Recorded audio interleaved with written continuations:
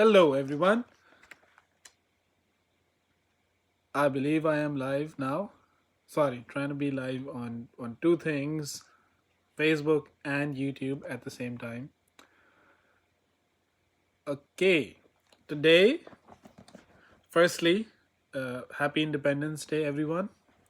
I'm going to read from this book, Long Walk to Freedom by Nelson Mandela. I would highly recommend this book to anybody who wants to know more about South Africa, who wants to know more about freedom, who wants to really learn about the history of one of the most inspiring men of the 20th century. I must say, this is from the end of the book, and I have edited it for clarity. So I've removed just a few sentences, but I have not changed any of the words. Thank you, Imran, for doing that check. I should have asked, but I knew he was on it. Long Walk to Freedom. Time and again, I have seen men and women risk and give up their lives for an idea. I have seen men stand up to attacks and torture without breaking, showing a strength and resiliency that defies the imagination. I learned that courage was not the absence of fear, but the triumph over it. I felt fear myself more times than I can remember, but I hid it behind a mask of boldness. The brave man is not he who does not feel afraid, but he who conquers that fear.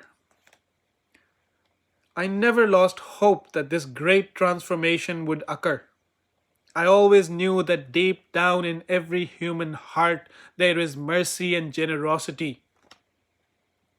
No one is born hating another person because of the color of their skin or their background or their religion. People must learn to hate. And if they can learn to hate, they can be taught to love, for love comes more naturally to the human heart than the opposite. Even in the grimmest times in prison, when my comrades and I were pushed to our limits, I would see a glimmer of humanity in one of the guards, perhaps just for a second, but it was enough to reassure me and keep me going.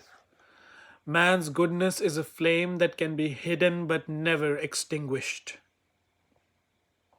We took up the struggle with our eyes wide open, under no illusion that the path would be an easy one.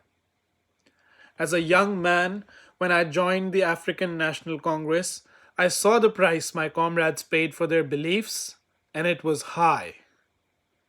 For myself, I have never regretted my commitment to the struggle, and I was always prepared to face the hardships that affected me personally.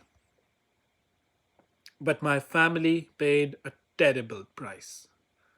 Perhaps too dear a price for my commitment. In life, every man has twin obligations to his family, to his parents, to his wife and children, and he has an obligation to his people, his community, his country.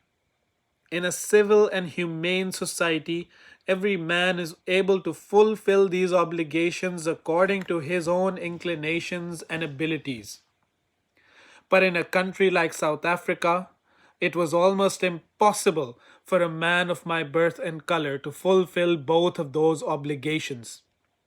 In South Africa, a man of color who attempted to live as a human being was punished and isolated. In South Africa, a man who attempted to fulfill his duty to his people was inevitably ripped from his home and his family and was forced to live a life apart, a twilight existence of secrecy and rebellion. I did not in the beginning choose to place my people above my family, but in attempting to serve my people, I found that I was prevented from fulfilling my obligations as a son, a brother, a son, a brother, a father, and a husband. I was not born with a hunger to be free. I was born free, free in every way that I could know. free to run in the fields near my mother's hut, free to swim in the clear stream that ran through my village, free to roast mealies under the open stars and ride the broad backs of slow moving bulls. As long as I obeyed my father and abided by the customs of my tribe, I was not troubled by the laws of man or God. It was only when I began to learn that my boyhood freedom was an illusion, when I discovered as a young man that my freedom had already been taken from me, that I began to hunger for it. At first, as a student, I wanted freedoms only for myself. The transitory freedoms of being able to stay out at night, read what I pleased, and go where I choose. Later, as a young man in Johannesburg, I yearned for the basic and honorable freedoms of achieving my potential, of earning my keep, of marrying and having a family, the freedom not to be obstructed in a lawful life. But then I slowly saw that it was not just my freedom that was curtailed, but the freedom of everyone who looked like I did. That is when I joined the African National Congress. And that is when the hunger for my own freedom became the greater hunger for the freedom of my people. It was this desire for the freedom of my people to live their lives with dignity and self respect that animated my life, that transformed a frightened young man into a bold one, that drove a law-abiding attorney to become a criminal, that turned a family-loving man into a man without a home, and that drove a life-loving man to live like a monk. I am no more virtuous or self-sacrificing than the next man, but I found that I could not even enjoy the poor and limited freedoms I was allowed when I knew that my people were not free. Freedom is indivisible. The chains on any of my people were the chains on all of them, and the chains on all of my people were the chains on me.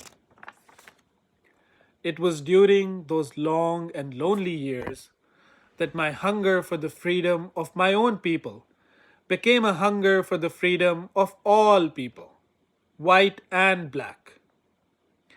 It I knew as well as I knew anything that the oppressor must be liberated just as surely as the oppressed. A man who takes away another man's freedom is a prisoner of hatred. He is locked behind the bars of prejudice and narrow mindedness.